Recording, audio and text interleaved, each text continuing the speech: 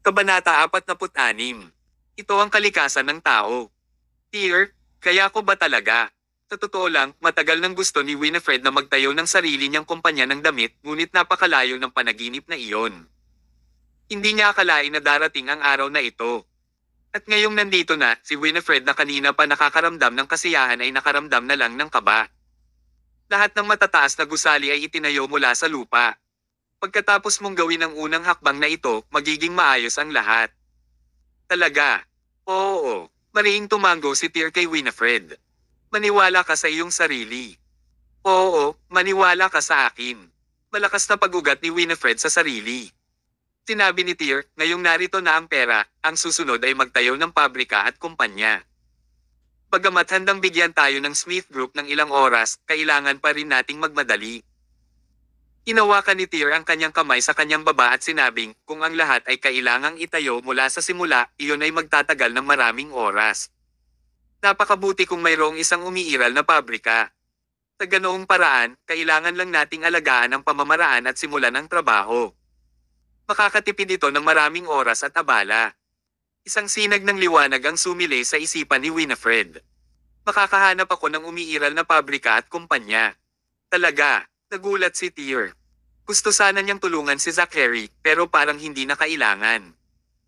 Pumasok ka at sumunod ka sa akin. Excited si Winifred.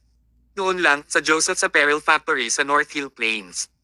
Ang matagal ng pagawaan ng damit sa Con City na tumatakbo ng mahigit 30 taon ay dating maluwalhati. Gayunpaman, ngayon ay nagmukhang malungkot. Nang dumating sina Tyr at Winifred sa pasukan ng pagawaan ng mga damit. Naroon sila sa tamang oras upang makita ang isang malaking grupo ng mga manggagawa na patungo sa departamento ng administrasyon. Ang bawat isa sa kanila ay may hawak na sulat ng pagbibitiw sa kanilang mga kamay, malinaw na nagbabalak na wakasan ang kanilang mga serbisyo. Sa sandaling iyon, si Joseph, kasama ang kanyang direktor ng pabrika, si Graham Davis, at ilang lumang panahong manggagawa ay nagmamadaling pumunta. Lahat, talagang nagre-resign na kayo. Si President Zia ay nagsikap na mag-coordinate ng ilang negosyo. Maaari bang bigyan ng lahat si Pangulong Joseph ng ilang araw pa? Naniniwala ako na ang aming pabrika ay makakapagpatuloy sa operasyon sa lalong madaling panahon.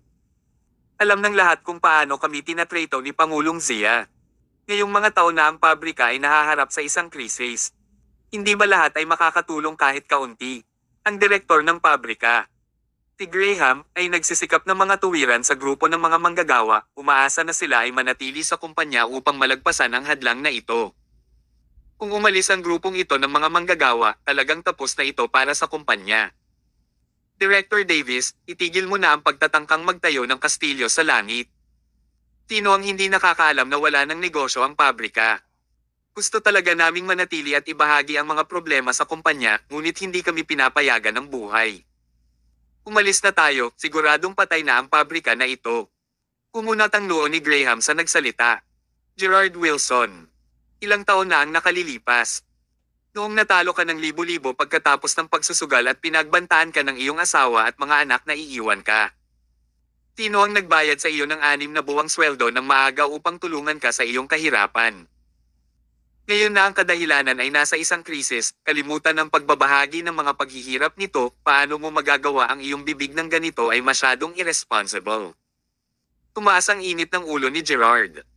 Graham, sa tingin mo ba ay factory director ka pa rin? Ano ang ipinapalabas mo? Ang sinasabi ko ay ang lantarang katotohanan. Ang pabrika na ito ay hindi tatagal ng higit sa kalahating buwan. Lahat tayo ay kailangang kumain. Sino ang mananatili dito at mamamatay kasama ang iba sa inyo?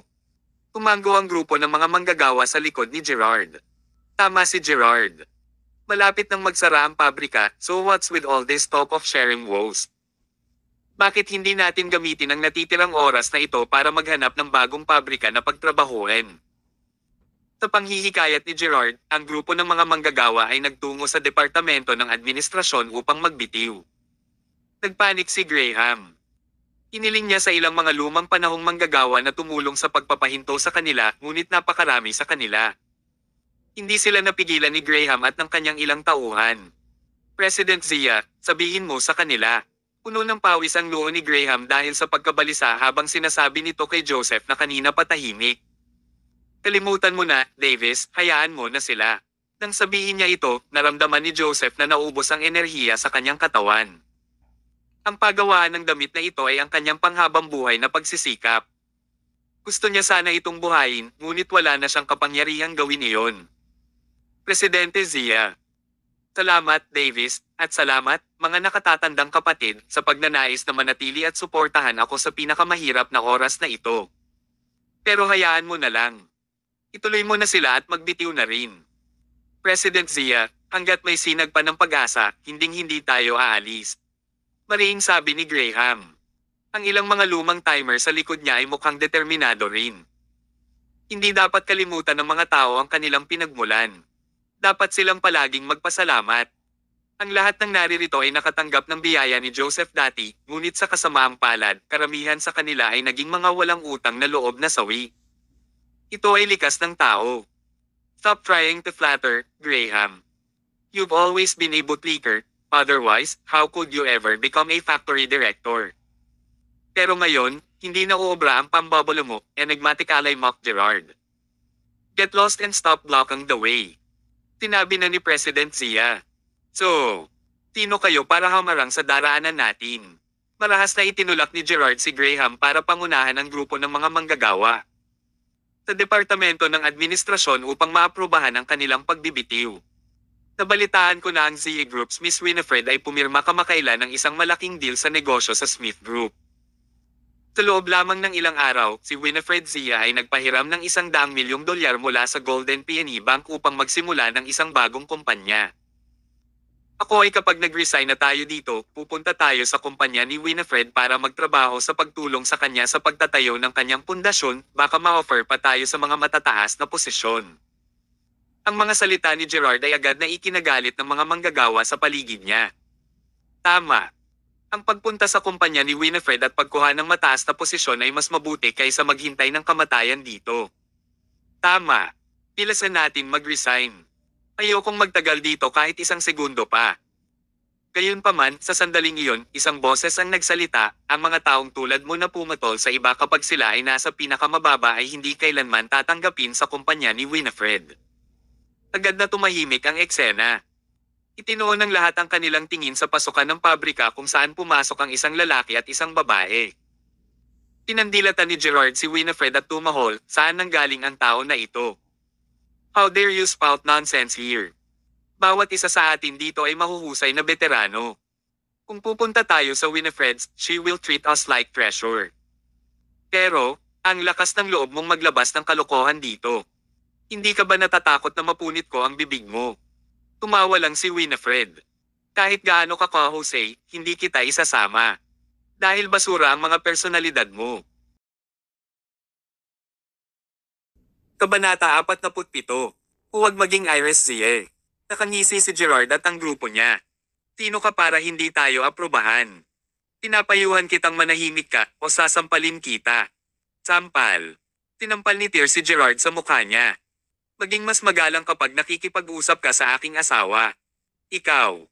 How dare you hit me? Nagtatatalon si Gerard sa galit. Naikuyom niya ang kanyang mga kamao, gustong gumanti habang may ilang lalaking trabahador sa kanyang likuran na umaaligid sa kanya. Tinabi ni Gerard na nakipag-ugnayan siya sa kumpanya ni Winifred at dadalhin niya sila para maging senior. Paanong hindi nila maipapakita ang kanilang kalibre ngayon? Gayunpaman, sa sandaling iyon, sa wakas ay nanambalik si Joseph pagkatapos ng unang pagkabigla. Mabilis siyang lumapit kay Winifred. Winifred, ikaw. Bakit ka nandito? Winifred. Ano Winifred? Biglang natigilan si Gerard at ang grupo niya na akmang sasalakay. Pagkatapos noon, nilinggan nila si Winifred, nagulat sila ng damaloy ang lamig sa kanilang bulugad.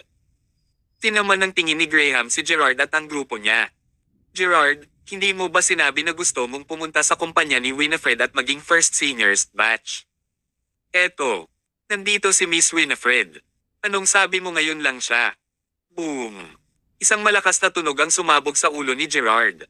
Plan kaagad ang isip niya. Natulala rin ang grupo ng mga taong nag-echo pagkatapos ni Gerard. Ano ang sitwasyong ito? Hindi ba sinabi ni Gerard na ginawa niya ang mga kinakailangang koneksyon? Sa sobrang tagal, paanong hindi niya kilala kung sino si Winifred Zie? Si Winifred ay hindi nagpahuli kay Gerard ng isa pang sulyap. Sinabi niya kay Joseph, pang-apat na lolo, sigurado akong narinig mo ang tungkol sa aking sitwasyon. Nakipagtulungan na ako sa Smith Group at umalis sa Zia Group. Nakakuha din ako ng pautang na $100,000 mula sa Golden Peony Bank at malapit na akong magsimula ng isang bagong kumpanya. Sa iyong kasalukuyang sitwasyon, maaari mo bang ilipat sa akin ang iyong Joseph's Apparel Factory? Napakunot ang noo ni Joseph dahil sa reflex. Akala niya ay nandito si Winifred para magnakaw ng nasusunog na bahay. Mabilis na idinagdag ni Winifred, pang-apat na lolo, huwag mo akong intindihin. Nasuri ko na ang iyong pagawaan ng damit bago dumating. Ito ay nagkakahalaga ng mga 15 milyon sa merkado. Handa akong bilhin ito sa halagang 20 milyon. Bilang karagdagan, ikaw maaaring patuloy na magtrabaho dito bilang Deputy General Manager na pinapanatili ang lahat ng iyong kasalukuyang autoridad. Habang nagsasalita si Winifred, tumingin siya sa grupo ni Graham at sinabing, Factory Director David, nakita ko na ang ginawa mo para sa factory kanina. Nadagdagan ng 3 beses. At ang mga manggagawang hindi pa magre-resign ay madodoble ang kanilang mga sweldo araw-araw. Pagkasabi nito ni Winifred, napatulala ang lahat. Namula ang mga mata ni Joseph dahil halos hindi siya makapaniwala sa anuman dito. Winifred, tingnan mo. Ikaw. Hayaang lumuhad si fourth lolo para sayo. Pang-apat na lolo, tumayo ka, dali. Dinadimay mo ako. Agad namang ainalalayan ni Winifred si Joseph. Pang-apat lolo, papayag ka bang tanggapin ang aking mga kondisyon? Payag ako. Siyempre, payag ako. Patuloy na tinatango ni Joseph ang kanyang ulo. Ang mga kondisyon ni Winifred ay tahasang natalo para sa kanya. She was giving him a hand when he was about to fall into the deepest pit, kaya paano siya tatanggi? Dahil dito, napatulala si Gerard at ang kanyang grupo. Nakuha ni Winifred ang Joseph's Apparel Factory na nangangahulugang ang pabrika na ito ay bagong kumpanya na ngayon ni Winifred. Nag-rumble pa sila kanina tungkol sa gusto nilang maging first batch ng senior sa bagong kumpanya ni Winifred. Ngunit ngayon, ang lahat ng ito ay parang nakakainsulto at nakakatuwa. Hindi na kami nagre-resign. Si Gerard ang unang sumugod at sinabing, Miss Zia, misunderstanding lang po ang nangyari kanina. Huwag niyo pong isa-puso. My name is Gerard Wilson, the workshop director of this factory. I'm a senior worker and siguradong mapagkakatiwalaan ako. Handa akong manatili at magpatuloy sa trabaho. Pagkasabi noon, tumingin si Gerard kay Winifred ng may matinding pananabik. Huwag kang ganyan, Winifred Zia. Naguguluhan si Gerard. Tinuro ni Winifred ang entrance ng factory. Get lost. Get lost this instant. Lumayo ka sa abot ng iyong makakaya. Ang mga manggagawang tulad mo, na walang anumang moralidad. Masasabi ko sa iyo na simula ngayon, ang kumpanya ko lang, Winifred Zia, ang hindi kunin ka, sa buong Con City, hindi ka rin kukunin ng mga kumpanyang nagtatrabaho sa akin. Mula nang makilala niya si Winifred, ito ang unang pagkakataon na nakita siya ni Tyr ng ganito katigas. Masyadong malambot ang matandang Winifred. Napangiti si Tyr sa loob. Mukhang natututo at lumalaki ang babaeng ito. Pagkatapos ng isang buong araw, natapos ni na Winifred at Joseph ang paglipat. Ang kumpanya ng damit ni Joseph ay nasa ilalim na ngayon ng pangalan ni Winifred. Ang infrastruktura ng pabrika, ang mga manggagawa, at lahat ng mga lisensya ay handa na, kaya ang kumpanya ay maaaring magsimulang magtrabaho sa loob ng ilang araw. Sa tulong ng namumukod tanging veteranong kawani ni Joseph tulad ni Graham at ng kanyang grupo, nailigtas nila si Winifred ng maraming problema. Pagkatapos ng lahat, itinuro ni Winifred ang lahat ng kanyang mga tauhan sa hapunan upang makilala sila bilang kanilang bagong amo. Sa hapunan, nahirapan si Winifred na tanggihan ang kabaitan ng lahat kaya uminom siya ng kaunti. Pag-uwi nila, si Tyr ang nagmamaneho. Tyr, hindi ko akalain na dadating ang araw kung saan makakalaya ako at makakapagtayo ng sarili kong kumpanya. This is all thanks to you. Pakiramdam ko simula nang lumitaw ka, nagbago ang landas ko sa buhay. Ginamit ko ang mundo ko upang maging itim at puti, ngunit ngayon ay nakakakita ako muli ng mga kulay. Malamang hindi magaling si Winifred sa alak. Sa kaunting inumin lang ay lasing na siya. May alam ka ba, Tyr? Noong naghahaponan kami, pinainit ako ni Fourth Grandpa, Factory Director Davis, at ng mga matandang trabahador na iyon. Totoo. Hindi ko pa naramdaman ang init na ito sa CA Group sa napakatagal na panahon. Ang isipin na makakatrabaho ko sila mula ngayon ay talagang masaya ako. May malabong ngiti sa mukha ni Tyr. Hindi siya sumagot habang tahimik na nakikinig kay Winifred habang binubuhos nito ang puso niya. Oh, right. Now that we've started a new company, we have to think of a name. Tyr, may magandang suggestion ka ba? Kung hindi dahil sa'yo, wala ng company, so gusto kong bigyan mo ng pangalan ang bagong kumpanya. Natahimik sandali si Tyr bago sumagot, Summers is my last name, and you like autumn, why don't we call it? Ano ang tawag dito? Mukhang sabik si Winifred. Kahit na ngayon ay pumasok sa isip niya ang pangalan, umaasa siyang si Tyr ang unang magsabi nito ng malakas. Mating season apparels. Napatulala si Winifred. Kabanata 48. Autumn Field Group. Nang makitang namula ang mukha ni Winifred at ang natulala niyang ekspresyon ay napahagalpak ng tawa si Tyr. How dare you play me? Kunwaring galit si Winifred at pinalo ng kamao si Tyr. Mahina ang suntok niya na parang nanliligaw lang. How dare you hit your husband? Is this a rebellion? Inihinto ni Tyr ang sasakyan sa tabi ng kalsada at hinawakan ang kamay ni Winifred. Nagtama ang kanilang mga mata at ilang sentimetro na lang ang pagitan ng kanilang mga mukha. Natahimik ang kapaligiran sa loob ng sasakyan. Dahil sa reflex, nilapit ni Tyr ang labi kay Winifred. May pumalakpak habang may kuryenteng damaloy sa buong katawan ni Winifred. Mabilis niyang binawi ang kamay at umupo ng maayos sa passenger seat, pinananatiling tuwid ang mga paa. Tumataas at bumabagsak ang dibdib niya. Halos lumundag sa lalamunan ng tumitibok niyang puso. Ngumiti si Tyr. Hindi niya alintana ang pagtanggi ni Winifred. Ang bago nating kumpanya ay tatawaging Autumn Field. Lumingon si Winifred na mukhang gulat na gulat habang nakatitig kay Tyr. Autumn Field. Mariing tumango si Tyr. Sa katunayan, naisip na niya ang pangalang ito ng maaga. Autumn Field Apparels. Autumn Field Group. Ang mga patlang sa taglagas na simoy ng hangin ay naghihinog habang sila ay nagiging dilaw. Parang kung paano nagiging walang takot ang mga tao pagkatapos makaranas ng metamorphosis. Sa sandaling iyon, napaiyak si Winifred. Ang mga implikasyon ay nasa ibabaw lamang. Ang mahalaga ay kung paano kinakatawan ng pangalang ito siya at si Blair sa bawat salita. Autumn at Field ang lahat kay Tyr. Pagkalipas ng 3 araw, opisyal na itinatag ang Autumn Field Group. Bilang presidente ng Autumn Field Group, nagpadala si Winifred ng mga imbitasyon sa mga lokal na may-ari ng pabrika. Ang Autumn Field Group ay mag-host ng seremonya ng pagbubukas sa kanilang pabrika at maghahanda ng isang kapistahan doon, umaasa na dadalo ang mga lokal na may-ari ng korporasyon. Noon pa lang, sa sala ng Zia Mansion, may hawak na invitation si George, iba't ibang uri ng emosyon ang nararamdaman. Hindi niya inaasahan na si Winifred talaga ang magsisimula ng isang kumpanya. Sa kanyang Zia Group, hindi ito magandang bagay. Yung Winifred ba na nagsisikap na magpakitang gilas? Muling lumakas ang misteryosong boses ni Iris. May halong galit ang tono niya. Ang walang utang na loob na soong palad na ito ay tahasang nagsisimula ng isang kumpanya upang labanan tayo. Kung alam natin na siya ay ganoong tao, dapat ay pinalayas natin siya sa pamilya Zia 6 na taon na ang nakakaraan. Nagalit din ang ibang kapamilya ni Zia.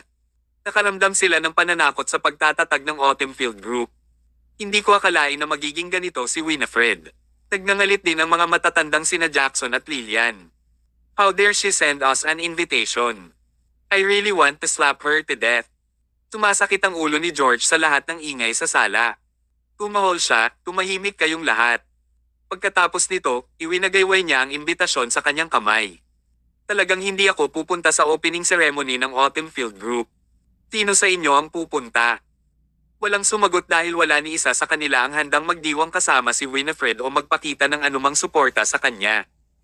Pupunta ako. Bakit hindi? Pupunta ang buong pamilya natin ni Zia. Kailangan. Biglang umakbay si Iris kay George. Lolo, kailangan mo na ring pumunta. Bakit? Si Winifred make a malagim of herself, of course. Is she trying to start a company with the likes of her? I want to see just how many people would attend to support her opening ceremony with her barely. Maaari rin naming gamitin ang mga koneksyon ng aming pamilyang Zia para hilingin sa aming mga kontak sa industriya na tanggihan ang pagdalo sa seremonya ng pagbubukas ng Autumn Field. Dito, nagsimulang tumawa si Iris habang hawak niya ang imbitasyon sa kanyang kamay. Sa oras na iyon, maliban sa atin, wala nang tao sa opening ceremony ng Autumn Field. That desertion makes me excited just thinking about it. Napakaganda ng araw noon at maliwanag ang araw. Ang orihinal na Joseph's Apparel Factory ay naging Autumn Field Group. Ang venue ay kasalukuyang pinalamutian ng mga makukulay na ilaw at isang piging ang inihanda sa loob. Ayon sa pagtataya ni Winifred batay sa mga imbitasyon na kanyang ipinadala, ang handaan ay mangangailangan ng 20 mesa. Para sa seremonya ng pagbubukas ng isang bagong kumpanya, natural na pinakamahusay na gawin itong mas masigla. Ang isang magandang simula ay maaaring tumaas ang katanyagan ng kumpanya. Kasabay nito, ang pagkakaroon ng mga maimpluwensyang tao sa loob ng lungsod na dumalo ay lubos na magtataas ng pagpapahalaga sa kumpanya. Kaya naman, kahit anong kumpanya ang magbukas, gagamitin nila ang bawat koneksyon at pamamaraan para mag-imbite ng mga kilalang tao na suportahan sila. Kahit na ito ay sa pamamagitan ng pabor ng isang tao o pagbibigay ng mga regalo, kailangan nilang malampasan ang mga ito. Para maging ingrandi at kahanga-hanga ang opening ceremony na ito, ginamit ni Winifred ang buong network na naipon niya sa mga nakaraang taon. Si Joseph at Graham ay inimbitahan din ang kanilang buong network ng walang pag-aalinlangan. Tinisikap nila ang kanilang makakaya upang gawing masigla at kahanga-hanga ang pagbubukas ng seremonya ng Autumn Field. Pagsapit ng 10:00 ng umaga, ang Autumn Field Group ay ganap ng nakahanda. Kasama si Winifred sa pangunguna at ang mas mataas na kawani ng pamamahala, sina Joseph at Graham na sumusunod sa likuran, naghintay sila sa pasukan ng kumpanya. Sa loob, sina Jacob at Helen ang namamahala sa pag-aalaga sa iba pang mga bagay. Kinakabahan ka ba? Kalmadong tanong ni Tyr nang makitang mahigpit na nakakuyong si Winifred sa kanyang mga kamao habang tumabi sa kanya. Oo, huminga ng malalim si Winifred. Kinakabahan ako, lalabas na ang puso ko. Umiti si Tyr. Ano bang dapat kabahan? Nag-aalala ako na baka wala masyadong tao na dadalo sa opening ceremony ngayon. Tyr, sabihin mo, kung hindi mapuno ng mga bisita ang 1/3 ng 20 mesa natin, nakakahiya ba talaga? Kasalanan mo lahat ito. Ako, tinansya mo lang ang 10 mesa noong una, ngunit pinilit mo ang 20 mesa. Hindi nakaimik si Tyr. Winifred, kinakabahan ka lang dahil dito. Gayunpaman, kung walang dumating upang bumati sa isang malaking okasyon tulad ng pagbubukas ng seremonya ng kumpanya, ito ay talagang nakakahiya. Hindi lamang ito nakakahiya, ngunit malaki rin ang epekto nito sa operasyon ng kumpanya sa hinaharap. Hindi masisisi si Winifred sa kanyang kaba. Relax. Ang opening ceremony ng ating Autumn Field Group ay tiyak na mapupuno ng mga celebrity at magpapasindek sa buong lungsod. Bakit hindi ka magsimulang lumipad? Hindi nakaimik si Winifred. Sa tingin mo ba concert ito? Ano ang ibig mong sabihin sa puno ng mga kilalang tao? Gayunpaman, hindi alam ni Winifred kung gaano kaitikot ang network ni Tyr sa loob ng Con City. Noon lang, sa may 8-lane na kalsada sa labas ng kumpanya, 3 sasakyan ang dumaraan. Narito na ang unang batch ng mga panauhin sa opening ceremony ng Autumn Field Group. Kabanata 49. Pagbibigay ng orasan. Sa isang iglap, umayos na si Winifred at ang grupo niya. Hindi maiwasang makaramdam sila ng kaba. Gayunpaman, ang hindi nila inaasahan ay ang unang batch ng mga bisita ay ang mga miyembro ng pamilya Zia.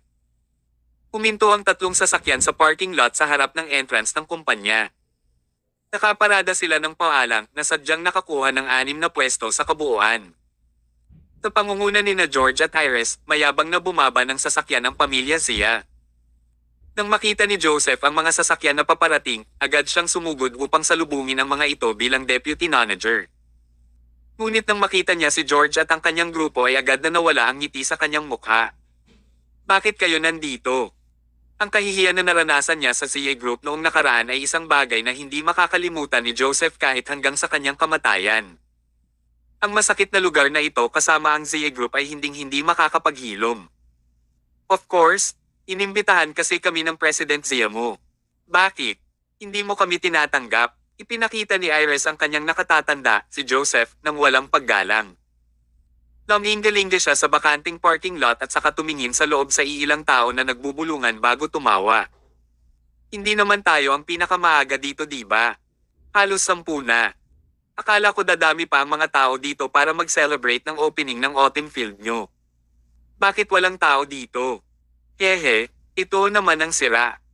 Ang misteryosong ugali ni Iris ay nagpadilim sa mukha ni Joseph. Noon lang, nakarating na sina Winifred at Tyr. Bago pa makapagsalita si Winifred, sumigaw na si Iris, "Winifred Zia, as expected of a boss. Tignan mo kung gaano kaka-proud ngayon.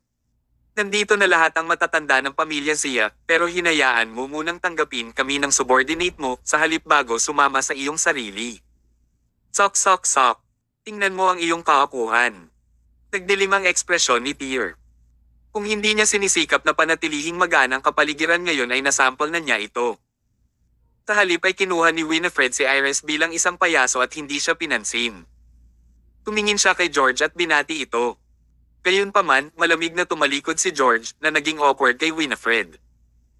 Humisi si Iris bago inutusan ng dalawang miyembro ng pamilya Zia na maglabas ng isang kahon mula sa boot ng isang SUV boot. "Winifred, banibiro lang kita. Huwag mong isa puso. Magkamag-anak tayo kahit anong mangyari, kaya sa opening ng kumpanya mo, may ibibigay sa iyo ang pamilya Zia para ipagdiwang ang okasyon. Maliit na token lang ng aming pagsasaalang-alang." Ang kahon ay halos 1 metro ang taas na natatakpan ng pulang tela. Matingkad na nakangiti si Iris kay Winifred habang sinasabi, "Ito ay tanda ng paggalang ng pamilya Zia. Bakit hindi mo ito buksan at tingnan?" Inugot ni Winifred ang pulang tela dahil sa reflex. Sa loob ng glass box ay talagang isang pendulum clock na halos kalahating metro ang taas. May isang malaking pulang bulaklak pa ang nakasabit sa harap ng orasan. Ang pulang bulaklak ay nagpapahiwatig ng swerte, ngunit tila napakasakit sa paningin kapag inilagay sa harap ng orasan. Nagulat si Winifred habang si Joseph at Graham ay nagliliyab sa galit. "What do you guys mean by this? How can you guys give us a clock at our company's opening? Are you guys here just to pick a fight?" Ngumuso si Iris. "What do you mean, fourth lolo? We've come to congratulate you on good intentions, so what are you saying? What's wrong with giving you guys a clock? Laging late si Big Boss CA kapag nagtatrabaho sa kumpanya namin, kaya sinusubukan naming tulungan siya sa pamamahala ng kanyang oras." Habang nagsasalita ay lumingon si Iris kay Winifred. "What's wrong? This is something Grandpa has picked out with us. Don't you like it?" Hindi makapagsalita si Winifred. Hindi niya alam kung ano ang sasabihin. Si Tyr, na nakatayo sa malapit, ay tumawa na lang. "Gusto namin. Siyempre, gusto namin. Tingnan mo, masyado kang mabait. Pahahalagahan ng Autumn Field Group namin itong orasan na ibinigay mo sa amin tulad ng pag-aalaga namin sa aming mga ninuno." Pagkasabi nito, lumingon si Tyr sa dalawang security guard na inatas ang tumanggap ng mga regalo at sinabing, "Bilasan mo, ilipat itong malaking pendulum na orasan sa lugar ng regalo. Tandaan na ilagay ito sa harap sa pinakahalatang posisyon." Ito ang mabait na paggalang ng pamilya Zia. Agad namang ginawa ng mga security guard ang sinabi sa kanila. Si Iris at ang mga miyembro ng pamilya Zia ay nagtaka sa halip. Bakit tuwang-tuwa ang pulubing ito? Wala itong saysay. Hindi ba dapat siya ay magalit gaya ni Joseph at ng iba pa? "Lolo, una, uncle, second uncle, tita, pumasok ka na at maupo ka na." Bagamat alam ni Winifred na narito si Iris at ang grupo para makipag-away, hindi ito nararapat na siya ay mag-away. Kinailangan niyang salubungin sila ng may ngiti. Ang mga miyembro ng pamilyang Zia ay pumasok sa banquet hall ng magarbo, kinukutsa at iniinsulto ang lahat habang sila ay pumunta. Sa sandaling iyon, sina Jacob at Helen ay nagkataon na nakasagasa sa kanila at ang kapaligiran ay naging awkward. "Dad, kuya, pangalawang kuya, ate." Lumapit si Jacob para batiin sila at inalok sila ng sigarilyo. Gayunpaman, wala sa mga miyembro ng pamilya Zia ang kumuha nito. Umuso si George at tumalikod na para maglakad. "Old third, ingatan mo yung sigarilyo mo. Hindi natin kayang kunin." Napabuntong hininga din sina Jackson at Jared bago sumunod kay George para maupo sa kung saan. Nakaupo sila hindi dahil gusto nilang kumain, ngunit gusto nilang makita kung paano mapahiya ang Autumn Field Group mamaya. Inilabas pa nga ni na Iris at Travis ang kanilang mga telepono para mag-livestream. Para ipakita kung paano walang lalabas na bumati sa Autumn Field Group sa kanilang opening ceremony. upang ipakita sa mundo ang desyerto at nakakahiyang sitwasyong ito. Walang masyadong tao. Sa loob ng kalahating oras, halos 8 tao lang ang dumating. Ang mga kotseng pinasok ng mga bisitang ito ay nagkakahalaga lamang ng halos 10 milyon bawat isa. Bilang isang negosyante, ang presyo ng kanilang mga sasakyan ay kumakatawan sa kanilang personal na halaga. Para sa mga tao na ang mga sasakyan ay nagkakahalaga ng humigit kumulang 10 milyon, gaano kaya sila kakilala? Ang mga taong ito ay maliliit na may-ari ng pagawaan na dating nakikipag-ugnayan kay George. Hindi sila masyadong makabuluhang mga individual. Nang malapit na ang oras ng 10:30, wala pang 1 sa 20 mesa ang napuno. Mukhang desyerto ang venue. Ito mismo ang gustong makita ni Iris at ng kanyang grupo. Lolo, Uncle, Auntie, tingnan mo. Katulad nga ng sinabi ko. Walang handang pumunta at sumuporta sa pagbubukas ng kumpanya ni Winifred. Baka mga part-time na artista ang mga bumpkin dito na kinuha nila. How hilarious! Nagtawanan sina Jackson, Lillian, at ang iba pang pamilyang siya. Maging si George ay tila nag-e-enjoy sa kalunos-lunos na tagpong ito. Tumayo si Iris at sinigawan si Winifred na nakatayo sa may pintuan. Sabi ko, big boss siya. Halos 1 oras ka nang naghintay. May darating pa ba? Kung walang darating, kumain na tayo. Kabanata 50. Isa-isa. Napakatay nga ng boses ni Iris na agad na ikinainis ng marami sa mga manggagawa sa autumn field na naruroon. Maging ang 2 pang mesa ng mga bisita ay nakasimangot habang nakatingin sa kanya. Sa pasukan, nagsisimula ng magpanik si Winifred. Sa 20 mesa, wala kahit isang katlo sa kanila ang napuno. Ito ay masyadong nakakahiya. Walang kamalay-malay na kinuha ni Winifred ang kanyang telepono, gusto niyang tawagan ang kanyang mga bisita, ngunit pinigilan siya ni Tyr. Don't panic. May ilang oras pa bago magsimula ang kapistahan. Pero Tyr, hanggang ngayon, wala pa sa mga naimbitahan ko. May nangyari kaya sa kanila on the way here? Hehe, ang mga kotse ay maaaring magmaneho ng tuloy-tuloy sa 8-lane factory highway na ito. Ano ang posibleng mangyari sa kanila? Napakunot ng noo si Tyr habang nagpatuloy, yung mga taong inimbitahan mo karamihan ay may pakikitungo sa Zie Group. Hindi ba obvious na kinausap sila ng pamilya Zie? Naintindihan naman agad ni Winifred. Ibig mong sabihin walang lalabas sa mga taong inimbitahan ko. Sobrang sama ng loob at galit ang nararamdaman ni Winifred. Kami ay isang pamilya kung saan ang dugo ay mas makapal kaysa sa tubig. Bakit kayo, aking mga kamag-anak, sinusubukan na sumalungat sa akin ng paulit-ulit? Nagnakaw ba ako sa pamilya Zie? O ninakawan ko ba ang pamilya Zie? Huwag kang mag-alala. Lahat ay darating. Bawat isa. Walang paraan na hindi malalaman ni Tyr ang mga pakulo ng pamilya Zia. Kaya naman, kahapon ng umaga, hinikayat niya si Zachary Smith na tawagan silang lahat, isa-isa. Magpapakita ba ng paggalang sa Smith Group ang mga taong inimbitahan ni Winifred? O ang Zia Group? Kung hindi sila sumipot, nangangahulugan iyon na ayaw na nilang maghanap buhay sa Con City. Sa kabilang banda, ang buong pamilya Zia ay namumulaklak sa kaligayahan. Halos 11:00 na ngayon, ngunit kakaunti lang ang nagpakita. Hanggang ngayon, hindi man lang mapuno ng mga bisitang naruroon ang 3 mesa. Ang araw na ito ang pinaka-nakakahiya para sa Autumn Field Group. Lolo, you're very well respected after all. With just a word from you, wala ni isa sa mga partners natin sa apparel industry sa lungsod ang nang-ahas na magpakita. Sino siya sa tingin ni Winifred? How dare she start her own company? She really. Hindi niya alam ang lugar niya. Bahagyang tumango si George. Sobra na talaga si Winifred this time. She has been disappointed me through and through. Use this opportunity to teach her a lesson was the right thing to do. Otherwise, she would never know her place. Ako, si George Zia, ay itinuturing na isang magnate sa industriya ng damit ng Con City kung tutuusin.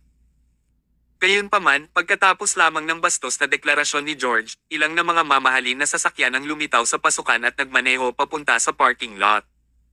Sa loob ng ilang minuto, humigit kumulang 7 pangkat ng mga tao ang nagpakita. These people who drove na mga mamahaling sasakyan were definitely of more importance. Inihandog ni Pangulong Asher Lewis ng Asher Apparels ang flower basket of 100 treasures na nagnanais na mamulaklak ang Autumn Field Group at patuloy na kayamanan.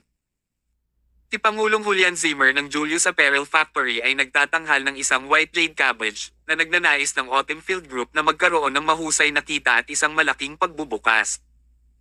Inihandog ni Pangulong Cory Wilson ng Wilson Group ang Lucky Silver Cat na naghahangad ng swerte ng Autumn Field Group sa lahat ng 4 na season. Clark Group. Isa-isa, ang mga may-ari ng malalaking negosyo ng damit sa Con City ay personal na lumapit upang ipakita ang kanilang mga regalo at kagustuhan. Biglang naging masigla ang venue na malamig at desyerto ilang minuto lang. President Zia, congratulations! Congratulations! Nagulat si Winifred. Ito ang lahat ng mga bisitang nakausap niya dati. Hindi ba humila ang pamilya Zia sa likod at pinigilan sila sa pagdating? Bakit lahat sila nagpakita sa huli? Bagamat naguguluhan siya, hindi ito masyadong inisip ni Winifred. Mabilis niyang pinapasok ang mga ito ng may matinding sigasig. Nang makita ni na George, Iris, at ng grupo ang eksenang ito, natulala sila. Lolo, hindi mo ba sinabi na nakontak mo na ang mga taong ito? Bakit sila nandito? Pati si George ay naguguluhan din. Nagkataon namang paparating sina Asher at Julian. Agad na bumangon si George at naiinis na sinabi, President Lewis, President Zimmer, anong ginagawa niyo? Hindi pa ba ako nakipag-ugnayan sa inyo kanina para hindi dumalo sa function na ito? Bakit kayo nandito? Tinitigan ni na Asher at Julian si George na may paghamak sa kanilang ekspresyon. Ang kanilang mga tono ay kasing lalim ng madilim na tubig. George Zie, hindi kami makakapunta dahil lang sa sinabi mo sa amin na huwag. Sino ka sa tingin mo? Namula ng husto si George. Kahapon lang ang mga taong ito ay nangako sa kanya na hindi sila magpapakita ngunit ngayon ay sa halip ay tinalikuran nila siya. Si George Zie ay isang mapagmataas na tao ngunit walang nagpapakita sa kanya ng anumang paggalang sa ngayon. Lolo, huwag kang magalit. Agad namang lumapit si Iris para ay comfort siya. Ano ang magagawa ng mga taong ito kahit magpakita sila?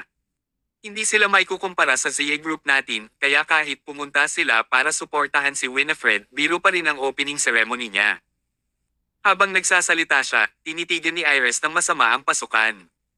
Nagngangalit siya sa galit habang pinagmamasdan si Winifred na nakangiting sumalubong sa kanyang mga bisita. Winifred Zia, huwag kang masyadong maangas. Ilan lang ito sa mga hamak na negosyante na ang net worth ay hindi lalampas sa 10 milyon bawat isa. Ano ang ipinagmamalaki mo? Kahit dumating ang mga taong ito, hindi nito binabago ang katotohanan na ang seremonya ng pagbubukas ng iyong kumpanya ay tulad ng madilim. Hindi sinasadyang nasulyapan ni Iris ang orasan na nakalagay sa harapan sa pinakakapansin-pansing posisyon sa lugar ng regalo. Umiti siya ng nakakaloko. Gayunpaman, sa sandaling iyon, ilang higit pang mga kotse ang lumitaw sa pasukan ng kumpanya. Bakit madami pa ring darating? Umunat ang noo ni Iris.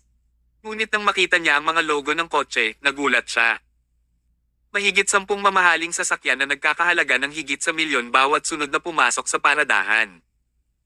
Ang mga sumasakay sa mga sasakyang ito ay pawang mga kilalang may-ari ng negosyo sa Con City na may personal na netong halaga na mahigit 10 milyon bawat isa. Si Pangulong Cain Zeller ng Genting Group ay nagtatanghal ng isang gintong tubog na booming business signboard.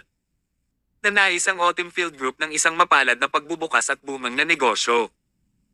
Si Pangulong Felix Carter ng Grandier Properties ay nagtatanghal ng White Jade Vase na nagnanais ng Autumn Field Group na umunlad na negosyo at engranding katanyagan. Si Drogo Hanks, may-ari ng Dragon Lake Villa ay nagtatanghal ng isang golden horse na nagnanais na maging matagumpay ang Autumn Field Group at makalaya mula sa kahirapan. Isa-isa, mahigit 10 lokal na prominenteng may-ari ng negosyo ang nagbigay ng kanilang mga regalo at mga kahilingan. Ang malaking grupo ng mga tao ay binabati si Winifred at ang kanyang mga tauhan. Katulad ng dati, masigasig silang tinanggap ni Winifred sa loob. Gulong-gulo na ngayon ang isip niya. Cain Zeller ng Genting Group. Felix Carter ng Grandier Properties. Ngunit hindi niya personal na kilala ang alinman sa mga taong ito. Bakit sila nandito? Pati si Iris at ang buong pamilya Zia ay natulala. Grandier dealt sa mga ari-arian habang ang Genting ay bumuo ng mga villa. Ang mga kumpanyang ito ay hindi kailanman magkakaroon ng anumang negosyo na may kinalaman sa mga damit. Kaya bakit sila pupunta sa seremonya ng pagbubukas ng Autumn Field at batiin sila? Wala sa mga ito ang may katuturan.